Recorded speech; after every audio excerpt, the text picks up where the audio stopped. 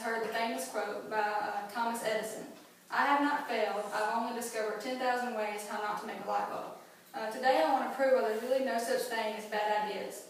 Every person at some point in their life is faced with a difficult problem, and they have to work to find a solution. I'm sure for most people it takes multiple attempts before they discover what that correct solution is. It's very rare that a person gets it right on their first try. As an artist, I've sat through many brainstorming sessions for clients and for various products, and I've seen firsthand what it takes to have a successful brainstorming process.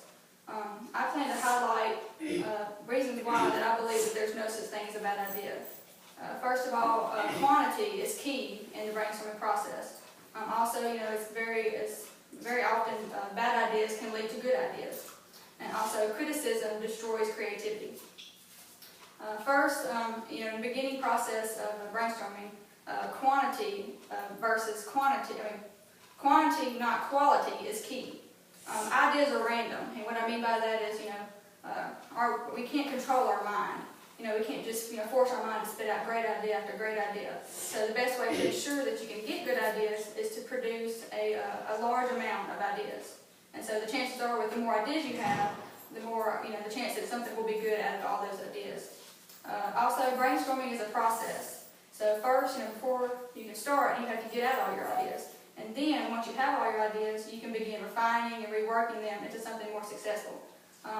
Sometimes our not so good ideas, they cause us to explore and push boundaries, and they unleash our creativity. There have been many great inventors who believe in this, and they believe that quantity is key. For instance, Edison produced 1,090 patents, so one can only imagine the amount of work he didn't patent. Also, Einstein, who's famous for the theory of relativity, he also wrote 248 other papers. So now that you can see why quantity is key, I'm going to talk to you about the idea process. Often our bad ideas lead to great ideas. 93% of products that are considered successful today first started out in the wrong direction. Often ideas are formed by taking two or more other ideas and putting them together. For instance, you might come up with all these different ideas that you have that by themselves don't work. There's something's wrong with them, but you can take the certain aspects that you find have potential, and then you can combine them into something that works, and is successful. Idea development is a journey. You have to move from point A to point B with your idea in order to have it fully blossom into something that's really successful.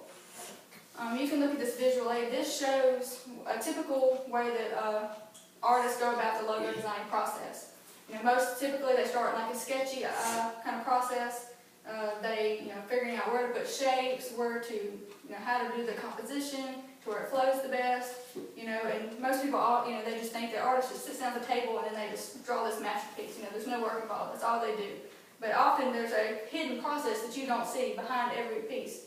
The image is constantly changing and evolving. They're adding things, taking things away, figuring out what works and what doesn't work. So even though you never see all these other things behind it, it doesn't mean that they were bad ideas. They're just part of the process in order to get to that finished process that is successful. So it's very important that you take these bad ideas and you continue to rework them and refine them until something that you believe is successful is brought about. Many people don't know that there are some major things, companies or products that are successful today that were first considered bad ideas. For instance, Post-it notes were first considered a flop because at the time there was no way to manufacture them. But of course, 5 years later, when new technology evolved, they were able to develop them, and now they're like a household item. So now that you see the potential that bad ideas can have, I'm going to talk about criticism.